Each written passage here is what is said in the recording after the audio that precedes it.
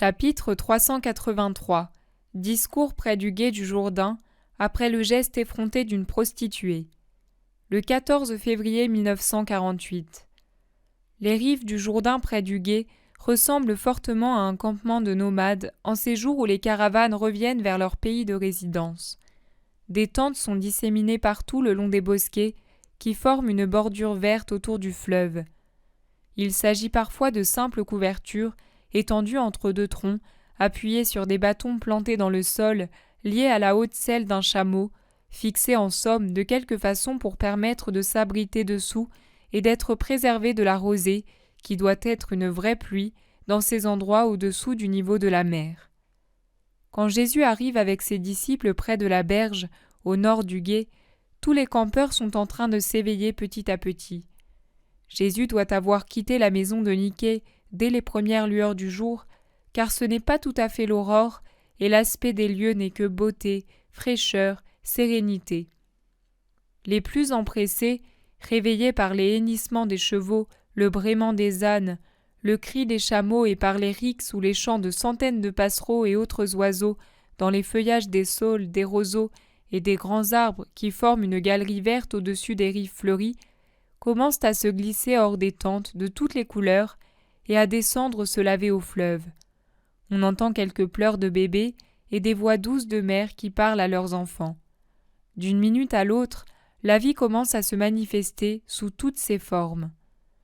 De Jéricho, qui n'est pas loin, arrivent toutes sortes de marchands et des nouveaux pèlerins, des gardes et des soldats préposés à la surveillance et au maintien de l'ordre, en ces jours où se rencontrent des tribus de toute région, qui ne s'épargnent ni les insultes, ni les reproches, et dans lesquels il doit y avoir des vols nombreux commis par des détrousseurs qui, en habits de pèlerins, se mêlent aux foules, en réalité pour commettre des larcins. Il y a aussi des prostituées qui cherchent à faire leur pèlerinage pascal particulier, en soutirant aux pèlerins les plus fortunés et les plus débauchés argent et cadeaux, en rétribution d'une heure de plaisir, dans laquelle s'anéantissent toutes les purifications pascales. Les femmes honnêtes qui se trouvent parmi les pèlerins, avec leurs maris ou leurs fils adultes, sifflent comme des pies fâchées pour rappeler à elles leurs hommes qui prennent plaisir, du moins c'est ce qu'il semble aux épouses et aux mères, à regarder les courtisanes. Celles-ci rient effrontément et répondent aux qualificatifs que les femmes honnêtes leur adressent. Les hommes et surtout les soldats rient et ne refusent pas de plaisanter avec ces femmes. Certains juifs vraiment rigides en matière de morale, ou du moins hypocritement, s'éloignent d'un air méprisant. D'autres anticipent l'alphabet des sourds-muets, car ils se comprennent vraiment bien par signes avec les prostituées. Jésus ne prend pas le chemin direct qui l'amènerait au milieu du campement. Suivi des apôtres, il descend sur la grève du fleuve, se déchausse et marche là où déjà l'eau frôle les herbes. Les plus âgés, qui sont aussi les plus intransigeants, murmure. Et dire qu'ici Jean-Baptiste a prêché la pénitence. Oui, or ce lieu est devenu pire qu'un portique de termes romains. Et ceux qui se prétendent saints ne dédaignent pas de s'y divertir. Tu as vu toi aussi ? J'ai des yeux moi aussi, j'ai vu, j'ai bien vu. Les plus jeunes sont à la queue de la petite troupe, de même que les moins sévères, c'est-à-dire Judas, qui rit et regarde avec beaucoup d'attention ce qui se passe dans les campements et ne dédaigne pas d'observer les belles effrontées venues en quête de clients, Thomas, que les colères des épouses et le mépris des pharisiens amusent, Matthieu, qui en ancien pécheur ne peut parler sévèrement contre le vice et les vicieux et se borne à soupirer et à secouer la tête, et Jacques, fils de Zébédée, qui observe sans prêter intérêt et sans critiquer, avec indifférence. Jésus marche en tête entre André, Jean, Jude et Jacques, fils d'Alphée. Le visage de Jésus est fermé, de marbre, et il se ferme toujours plus, d'autant que du haut de la rive lui parviennent des phrases admiratives ou des conversations provocantes entre un homme peu honnête et une femme de plaisir. Il regarde toujours fixement devant lui, il ne veut pas voir. Tout son aspect manifeste cette intention.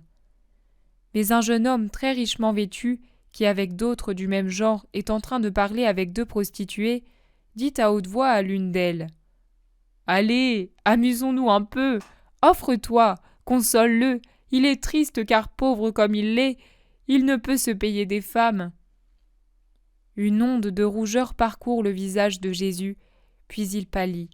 Mais il ne tourne pas les yeux. Ce changement de teinte est l'unique indice montrant qu'il a entendu. L'effronté, tout un carillon de colliers dans un léger vol de vêtements, saute avec un cri maniéré de la rive basse sur la grève, et ce faisant, trouve moyen de dévoiler plusieurs secrets de beauté. Elle tombe aux pieds de Jésus, et avec un grand éclat de rire sur sa belle bouche et une invitation du regard et des formes, elle s'écrie « Ô toi, le plus beau parmi les enfants de la femme, pour un baiser de ta bouche, je suis tout à toi, et gratis. » Jean-André, Jude et Jacques, fils d'Alphée, scandalisés et paralysés par la stupeur, ne peuvent faire un geste. Mais Pierre, il fait un bond de panthère et tombe de son groupe sur la malheureuse qui est à genoux, à moitié renversée en arrière. Il la secoue, la relève, la jette contre la rive avec un adjectif terrible et la charge sur lui pour donner le reste à l'effronter. Jésus lance « Simon !» C'est un cri plus explicite qu'un discours. Simon revient rouge de colère vers son Seigneur. « Pourquoi ne me laisses-tu pas la punir ?» Simon, on ne punit pas le vêtement qui s'est souillé, mais on le lave. Celle-là a pour vêtement sa chair souillée, et son âme est profanée. Prions pour que soit purifiée son âme et sa chair. Il parle doucement à voix basse, pas si bas pourtant que la femme ne puisse entendre. Puis il se remet en route. Il tourne, oui maintenant, il tourne un instant ses doux yeux vers la malheureuse. Un regard, un seul, un instant, un seul. Mais il s'y trouve toute la puissance de son amour miséricordieux. La femme baisse la tête, descend son voile et s'en enveloppe. Jésus poursuit son chemin. Voilà le gué. Les eaux basses permettent aux adultes de le passer à pied. Il suffit de relever ses vêtements au-dessus des genoux et de chercher les larges pierres submergées qui blanchissent sous les eaux cristallines pour servir de trottoir aux passants. En revanche, ceux qui sont à cheval passent plus en aval. Tout heureux, les apôtres pataugent jusqu'à mi-cuisse et cela semble à Pierre presque trop beau pour être vrai. Il se promet que pendant leur séjour chez Salomon, il ne manquera pas de se payer un bain rafraîchissant, dit-il, pour compenser le rôtissage de la veille. Les voilà de l'autre côté. Là aussi, une foule se met en marche après la nuit ou s'essuie après avoir passé le gué. Jésus ordonne « Éparpillez-vous pour annoncer que le Rabbi est là. Je vais près de ce tronc abattu et je vous attends. » Une foule nombreuse est vite prévenue et elle accourt. Jésus commence à parler et il saisit l'occasion du passage d'un cortège en larmes qui suit une litière où se trouve un homme tombé malade à Jérusalem et condamné par les médecins. Il est ramené en hâte chez lui pour y mourir. Tout le monde en parle, car il est riche et encore jeune. Plusieurs disent « Ce doit être une grande douleur de mourir quand on a tant de richesses et si peu d'années. » D'autres, peut-être des personnes qui croient déjà en Jésus, rétorquent « C'est bien fait pour lui. Il ne sait pas avoir foi. Les disciples sont allés dire à sa famille « Le Sauveur est là. Si vous avez foi et si vous le lui demandez, le malade guérira. » Mais il a été le premier à refuser d'aller trouver le Rabbi. Les critiques succèdent aux marques de sympathie et Jésus se sert de tout cela pour commencer son discours. Paix à vous tous. Bien sûr, la mort déplaît à ceux qui sont riches et jeunes, riches seulement en argent et jeunes par l'âge. Mais pour ceux qui sont riches de vertu et jeunes grâce à la pureté de leurs mœurs, la mort n'est pas douloureuse. Le véritable sage, dès qu'il a l'usage de la raison, règle sa conduite de façon à se ménager une mort paisible. La vie est la préparation à la mort, comme la mort est la préparation à la plus grande vie. Dès que le vrai sage comprend la vérité de la vie et de la mort pour ressusciter, il s'efforce par tous les moyens de se dépouiller de tout ce qui est superflu et de s'enrichir de ce qui est salutaire, à savoir les vertus et les actes de bonté, pour parvenir avec un vrai bagage de bien devant celui qui le rappelle à lui pour le juger, le récompenser ou le punir avec une justice parfaite. Ce vrai sage mène une vie qui le rend plus expert en sagesse qu'un vieillard, et plus jeune qu'un adolescent, car en vivant dans la vertu et la justice, il conserve à son cœur une fraîcheur de sentiment que parfois les jeunes ne possèdent pas. Comme il est alors doux de mourir, d'incliner sur le sein du Père sa tête fatiguée, de se recueillir dans son étreinte, de dire au travers des nuages de la vie qui s'enfuient « Je t'aime, j'espère en toi, c'est en toi que je crois », de prononcer ces mots pour la dernière fois sur terre, avant de lancer ensuite un joyeux « Je t'aime » pendant toute l'éternité, au milieu des splendeurs du paradis. La mort est-elle une dure épreuve ? Non, c'est un juste décret pour tous les mortels. Elle n'est lourde d'angoisse que pour ceux qui ne croient pas et sont chargés de fautes. C'est en vain que l'homme, pour expliquer les tourments sans nom d'un mourant qui n'a pas fait preuve de bonté durant sa vie, dit « C'est qu'il ne voudrait pas encore mourir parce qu'il n'a accompli aucun bien, ou bien peu, et il souhaiterait vivre encore pour réparer. » Il est également inutile de prétendre « S'il avait vécu davantage, il aurait pu avoir une plus grande récompense, car il aurait fait davantage. » L'âme sait, au moins confusément, combien de temps il lui est donné. Rien comparé à l'éternité. Et l'âme incite l'être tout entier à agir. Mais, pauvre âme, combien de fois n'est-elle pas écrasée, piétinée, bâillonnée pour qu'on n'entende pas ses paroles ? Cela arrive chez ceux qui manquent de bonne volonté. Au contraire, les justes sont dès leur jeune âge à l'écoute de leur âme, obéissant à ses conseils et en état de continuelle activité. Et ces jeunes en années, mais riches de mérite que meurt le saint, parfois dès l'aurore de la vie. Et avec 1000 ans de plus, il ne pourrait être meilleur qu'il ne l'est déjà, car l'amour de Dieu et du prochain pratiqué sous toutes les formes et avec une entière générosité le rend parfait. Au ciel, Dieu ne regarde pas au nombre d'années, mais à la façon dont on a vécu. On mène le deuil sur les cadavres, on pleure sur eux, mais le défunt ne pleure pas. On tremble de devoir mourir, mais on ne se soucie guère de vivre de manière à éviter cette angoisse. Et pourquoi ne pleure-t-on pas et ne mène-t-on pas le deuil sur des cadavres vivants, les cadavres les plus réels, ceux qui, comme dans une prison de chair, ont dans leur corps une âme morte ? Et pourquoi ceux qui pleurent en pensant que leur chair doit mourir, ne pleurent-ils pas sur le cadavre qu'ils ont en eux ? Combien de cadavres je vois, qui rient, plaisantent et ne pleurent pas sur eux-mêmes ? Combien de pères, de mères, d'époux, de frères, de fils, d'amis, de prêtres, de maîtres, je vois regretter sottement un fils, un époux, un frère, un père, un ami, un fidèle, un disciple décédé dans une évidente amitié avec Dieu, après une vie qui est une vraie guirlande de perfection, au lieu de s'apitoyer sur les cadavres de l'âme d'un fils, d'un époux, d'un frère, d'un père, d'un ami, d'un fidèle, d'un disciple, mort par le vice, par le péché, et cela pour toujours, perdu pour toujours, s'ils ne se ravissent pas. Pourquoi ne pas chercher à les ressusciter ? C'est de l'amour, vous savez, et même le plus grand amour. Ah, les larmes sur une poussière redevenue poussière sont bien dérisoires. Idolâtrie des affections, hypocrisie des affections. Pleurez, mais sur les âmes mortes de ceux qui vous sont le plus chers. Cherchez à les ramener à la vie. Et je m'adresse particulièrement à vous, femmes, qui pouvez tant sur ceux que vous aimez. Maintenant, examinons ensemble ce que la sagesse indique comme cause de mort et de honte. N'insultez pas Dieu en faisant un mauvais usage de la vie que Dieu vous a donnée, en la souillant par des actions mauvaises qui déshonorent l'homme. N'insultez pas vos parents par une conduite qui jette de la boue sur leurs cheveux blancs et des brandons enflammés sur leurs derniers jours. N'offensez pas ceux qui vous font du bien, pour n'être pas maudits par l'amour que vous foulez aux pieds. Ne vous dressez pas contre ceux qui gouvernent. Ce n'est pas par la révolte contre ces gouvernants que les nations se rendent grandes et libres, mais c'est par la conduite sainte des citoyens que l'on obtient l'aide du Seigneur.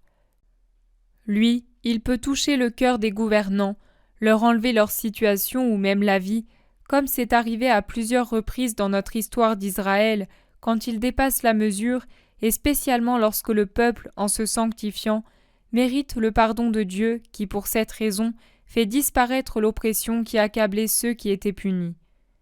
N'offensez pas l'épouse en lui faisant l'affront d'amour adultère, et ne blessez pas l'innocence des enfants par leur connaissance de liaisons illicites. Soyez saints devant ceux qui voient en vous, par affection et par devoir, celui qui doit être l'exemple de leur vie. Vous ne pouvez pas séparer la sainteté envers l'autre le plus proche de vous de la sainteté envers Dieu. L'une engendre l'autre, de même que les deux amours, celui de Dieu et celui du prochain, se génèrent l'un l'autre. Soyez justes auprès de vos amis. L'amitié est une parenté des âmes.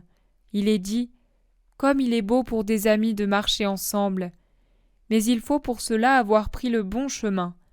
Malheur à celui qui corrompt ou exploite l'amitié en faisant un égoïsme ou une trahison, un vice ou une injustice. Trop nombreux sont ceux qui disent « Je t'aime » pour connaître les affaires de leur ami et en tirer profit. Trop nombreux sont ceux qui s'approprient les droits de leur ami. Soyez honnêtes auprès des juges, de tous les juges, depuis le juge très haut qu'est Dieu que l'on ne trompe pas par des pratiques hypocrites, jusqu'à ce juge intérieur qu'est la conscience, ou ces juges affectueux, souffrants et attentifs par leur amour vigilant, que sont les yeux des membres de votre famille et ceux sévères des juges du peuple. Ne mentez pas en prenant Dieu à témoin pour confirmer quelque mensonge. Soyez honnêtes quand vous vendez ou achetez. Lors des ventes, la concupiscence vous conseille « Vole pour gagner davantage », alors que la conscience vous souffle « Sois honnête parce que tu aurais horreur d'être volé ». Écoutez cette dernière voix en vous souvenant qu'on ne doit pas faire aux autres ce que l'on ne voudrait pas qu'on nous fasse. L'argent qui vous est versé en échange de la marchandise est souvent baigné de la sueur et des larmes du pauvre. Il coûte de la fatigue. Vous ne savez pas combien de souffrances il a valu, quelle douleur se cache derrière cette somme qui, pour vous, vendeurs, paraît toujours trop modeste pour ce que vous donnez. Créatures malades, enfants sans père, vieillards aux maigres ressources. Ah, douleur sainte et sainte dignité du pauvre que le riche ne comprend pas. Pourquoi ne pense-t-on pas à toi ? Pourquoi est-on honnête quand on vend à un homme fort et puissant par peur de représailles, alors que l'on abuse du frère sans défense, inconnu ? C'est plus un crime contre l'amour que contre l'honnêteté elle-même. Et Dieu le maudit, car les larmes arrachées au pauvre, qui n'a qu'elle pour réagir contre l'injustice, crient vers le Seigneur, comme le sang qui coule des veines d'un homme par un homicide, par un Caïn de son propre semblable. Que votre regard soit honnête, comme votre parole et vos actes. Adressé à celui qui ne le mérite pas, ou refusé à celui qui le mérite, il ressemble à un lacet ou à un poignard. Quand il s'attache aux yeux effrontés d'une prostituée, lui laisse entendre « Tu es belle » et répond à son œillade d'invitation par un clin d'œil d'assentiment, il est pire que le nœud coulant pour le pendu. Détourner les yeux d'un parent pauvre ou d'un ami tombé dans la misère est semblable à un poignard planté dans le cœur de ces malheureux. Il en va de même du regard de haine porté sur l'ennemi et celui de mépris posé sur le mendiant.